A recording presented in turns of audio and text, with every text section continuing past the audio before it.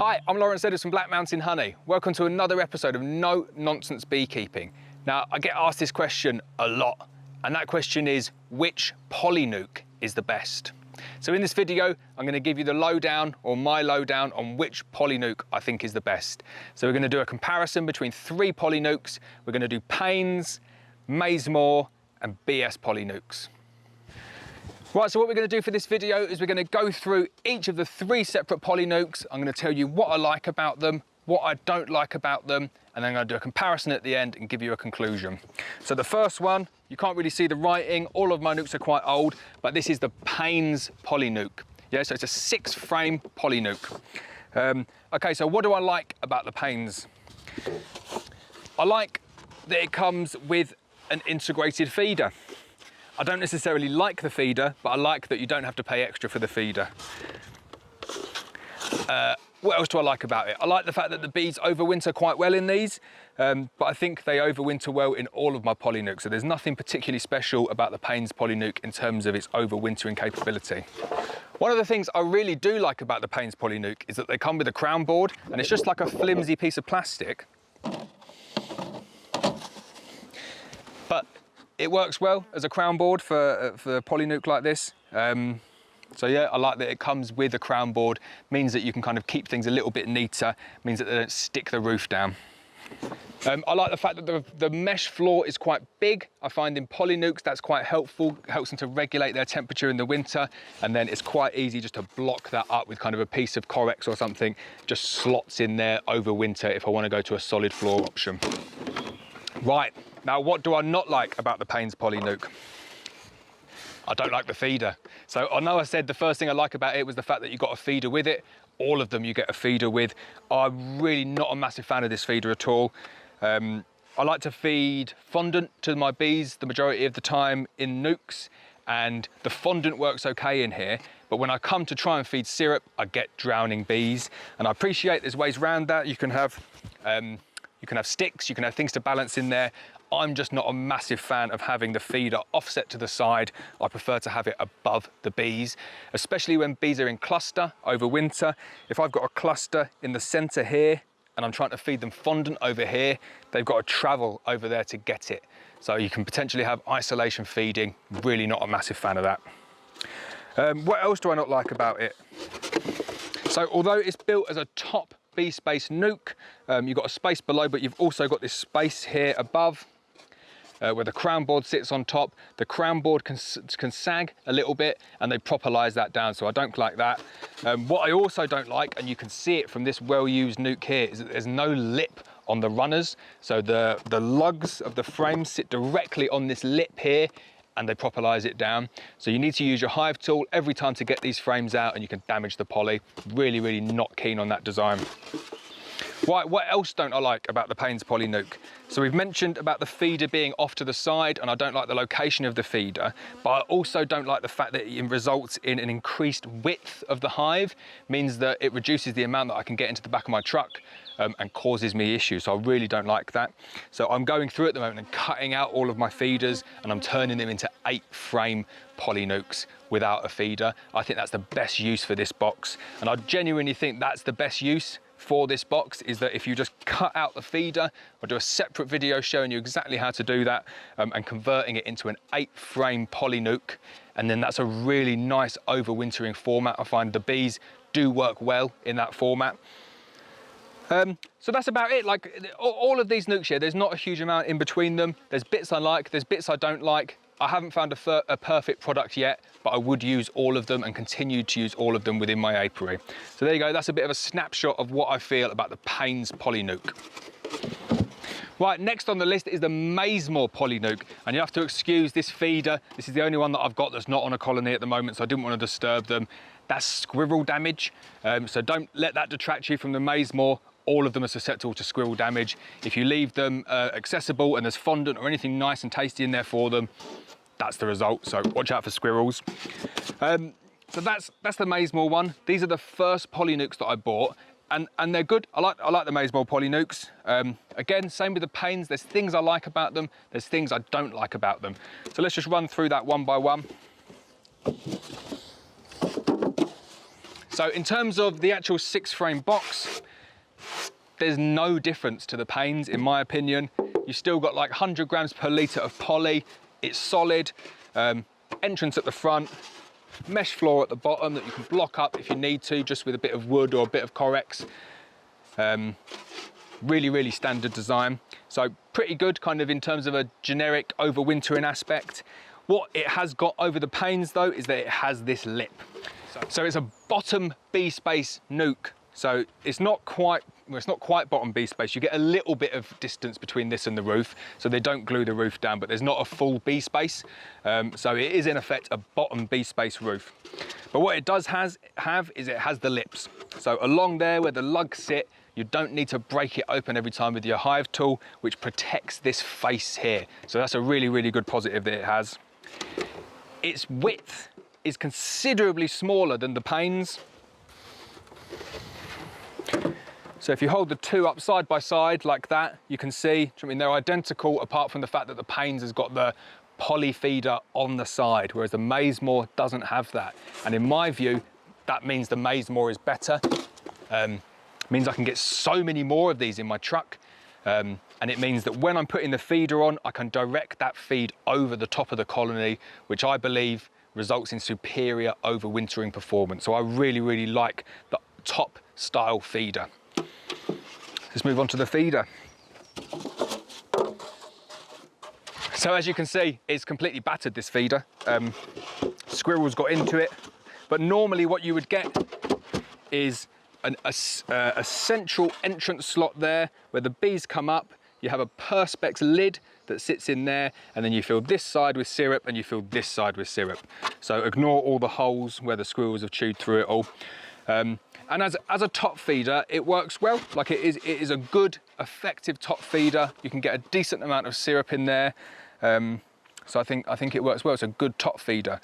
What it doesn't have, and this is, you'll see this when we move on to the next poly feeder from BS Honeybees, is it doesn't have a plug to be able to feed fondant. And I find all the time I need the ability to be able to feed my bees fondant in the winter, especially in poly nukes. So what I did was I modded it.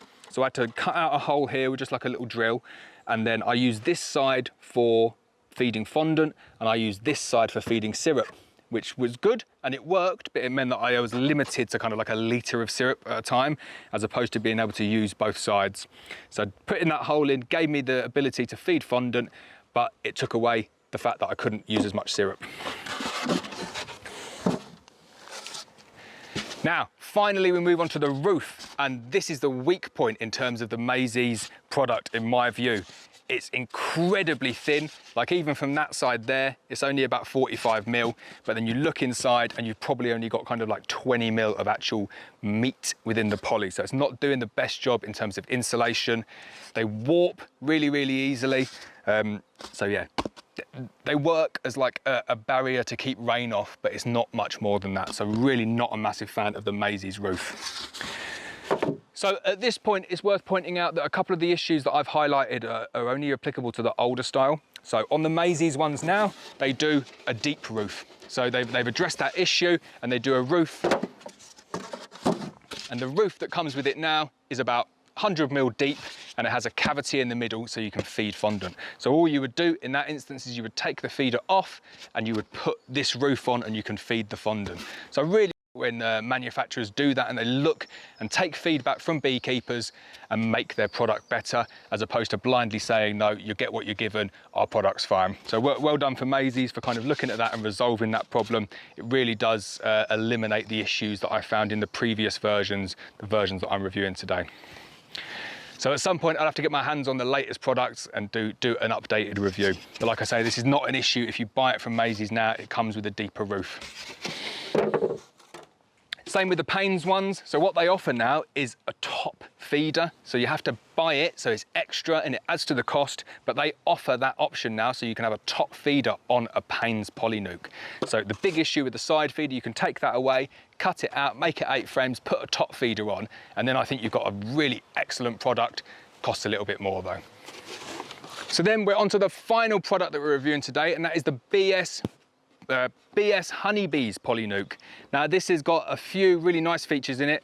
and there's a couple of bits that I don't like as well. So let's run through, first of all, the good things about this product. So what I really like is it's got two entrances. So you've got an entrance on this side and you've got an entrance on that side. So the reason for that is that there's a central divider.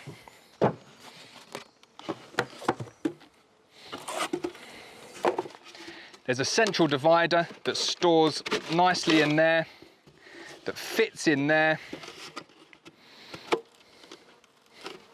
and effectively turns this product into 2 3-frame nucs. So I loved the theory behind that. I do a lot of queen rearing, do a lot of small spits and build it up. To get them into 3 frames, I really, really like that. In practice, I'm just not a massive fan of this. This Corex divider I don't think works very well, and I've covered this in previous videos. So what I've done now is I've either got rid of these and used them as just 6-frame boxes, for which they're really still very good, or I've got plywood versions of these that I slot in. Now I understand BS Honeybees as well are doing the same thing. They're modifying these boxes, they're taking on this feedback and they're coming out with an improved Corex divider. So an improved divider that's not the Corex, to improve this nuc. But ultimately, I mean, that's what you're looking at. You've got 2 entrances, one on either side, and then a Corex divider that sits in the middle, so you can use it as 2 3-frame nucs or 1 6-frame nuc. So then the first thing you notice when you get one of these in your hand is that they are significantly more solid than either of the Paynes or the Maisemore. They're done with 120 grams of poly per litre as opposed to 100 grams of poly per litre, and you can really feel the difference. It's got an additional 20% kind of mass within the same volume, and that results in a slightly lesser insulation quality, but pretty much negligible, but much, much more hard wearing, no kind of fraying, no little bits of poly coming off, and it's just a lot more solid all round. That's a big plus for me, and that's the reason that I buy a lot of these boxes. So again, they have the lip on the frames there. So these lips, they have so where the frame rests are, they have lips. That means that the frames don't get properlised down to them. You can get them out with that hive tool. You have your Varroa mesh at the bottom. A little bit more difficult to block that up in winter, but it's still not too bad. I find myself just screwing a piece of ply or a piece of kind of anything solid over there. Sometimes use the Corex dividers to do that, just to block them up over winter. Now this one again, this is a true top bee space nuc. I find the top bee space ones much, much superior to the bottom bee space. Just means you're not crushing bees, makes everything a lot easier. I really do like top bee space. So then moving on to the feeder, and this is my favourite feeder of the 3 without a doubt. So it comes with, you normally get perspex strips that fit in there. The bees come up the outside on both sides and then access down into this central reservoir in the middle. Now this reservoir you can fill with syrup, and as you can see, takes a lot of syrup, at least 3 litres in there. But also, and the big benefit is that it comes with a silicone plug. And the silicone plug fits in this hole there. You obviously have to put it in from that side, what with the taper. But it means that you can take the plug out and you can stick a slab of fondant on like that. And I find on the poly nucs, that is the best way of feeding them, the best way of ensuring that they get through the winter, is that you put that slab of fondant directly above the cluster. All they've got is a little hole above them. They won't access it unless they need it, but if they need it, it's there, it's accessible.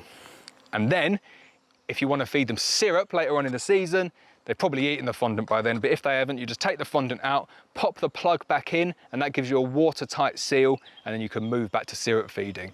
So you're not sacrificing anything by cutting holes in the old version of the Maisemore. You're not trying to scrape out fondant from the Paynes poly feeder, which is a bit of a faff. Unless the bees use it, they can sometimes go and draw comb in there. Really, really annoying. This feeder, I do think it is kind of a market leader at the moment. Very, very happy with this feeder. Definitely my favourite. And then the roof, like, it looks solid from there. It's not quite as solid as it looks, but I'd say it's at least double the thickness of the Maises and the Paynes roof. Absolutely solid. Tons of insulation where you want it, directly above the colony, reduces any of that condensation dripping down directly onto the cluster. It's a very, very good roof. These all look a bit bad because they were originally painted with masonry paint, and then I went over them with spray paint and it didn't work. So I'm just waiting for them to kind of go back to their natural state, and then I'll spray paint them again, and then it'll bond with the poly a lot better. So don't worry about any of the kind of paint peeling off on these. These are all pretty much my reject ones that aren't in use, the absolute worst of my bunch at the moment. And they're just the ones that don't have bees in, so that's why I'm doing the review with them. Right, so that's a bit of a summary then of the 3 polynucs that we're reviewing today. So we've got the Paynes polynuc, the Maisemore polynuc, and the BS polynuc. Now, if you had to say to me I could only have one going forward, I'd pick the BS polynuc. It's as simple as that. That is my favourite polynuc out of the 3. The fact is though, I've got all of them and I will continue to use all of them because they're all really, really good products. And some of them are better than others. Some of them make my life easier than others. And if I was going to go into the market to choose one, I would pick the BS Honeybees polynuc at this moment in time. The fact that Paynes have brought out that top feeder though, gives you an incredibly good in-between option in terms of you can have an 8-frame nuc with a top feeder. So there's nothing else like that on the market. I think that's a really, really good product, and I think nucs, colonies would overwinter exceptionally well in that configuration. The Maisemore, I mean, they've advanced the design a lot by putting in that extended roof for feeding fondant. I'm going to have to buy a couple more of them and have a look at them, but I think that's a really, really good product again. What I will say about the Maisemore though is that the price has gone up like ridiculous amount since I started buying poly boxes. I seem to remember buying them and they were either a shade under £20 or a shade over £20, and they've gone up at least 50% by now. So the reason I bought them in the first place is that they were the cheapest box, and now they're kind of competing at the higher end of the market, and I think that the other boxes competing at that end of the market are potentially a better bet for that amount of money. So like I say, if you asked me, and money wasn't an option, which box would you go for? I'd go with the BS Honeybees 2-in-1 nuc at the moment. That's my favourite one. Will I sell my Paynes boxes? Will I sell my Maisemore boxes? No, because they're absolutely fine, and I've got years of service left in them, and they do a job, and there's no problem with them whatsoever.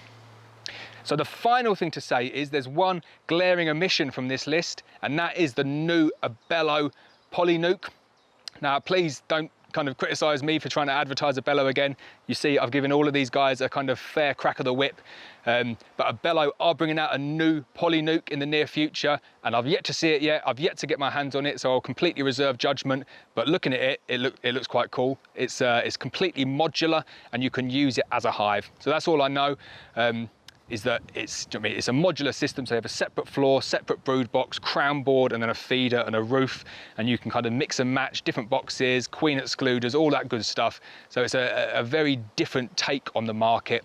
I know Maisemore do some of the modular stuff, but not so much into using it as a system. So I'm really, really intrigued. And as soon as I get my hands on a copy of the Abello polynuc, I will do a separate review on that one. So in conclusion, if you're in the market for a Paynes box, a Maisemore box, or a BS Honeybees box, I would say go with the cheapest. They're all much of a muchness. If they were all the same price, I'd go with the BS Honeybees box. That is my favourite box at the moment, and that is kind of predominantly what I use within my apiaries at this moment in time. Whether the Abello coming out would change that, like I say, I'll wait and reserve judgment on that one. So I hope you've enjoyed this video. This question's been asked to me loads of times, what polynucs box should I get? The final thing to say is there's nothing wrong with wooden nuc boxes. Nothing wrong with them at all. I just prefer to use poly. That's the way it is up in North Wales. That's what I find works, and they're a lot cheaper. So as always with me, it comes down to the price and the whole life cost of the item. So that's it for the video. Please hit the subscribe button. Please hit the bell so you're notified of every video, and I'll see you next time.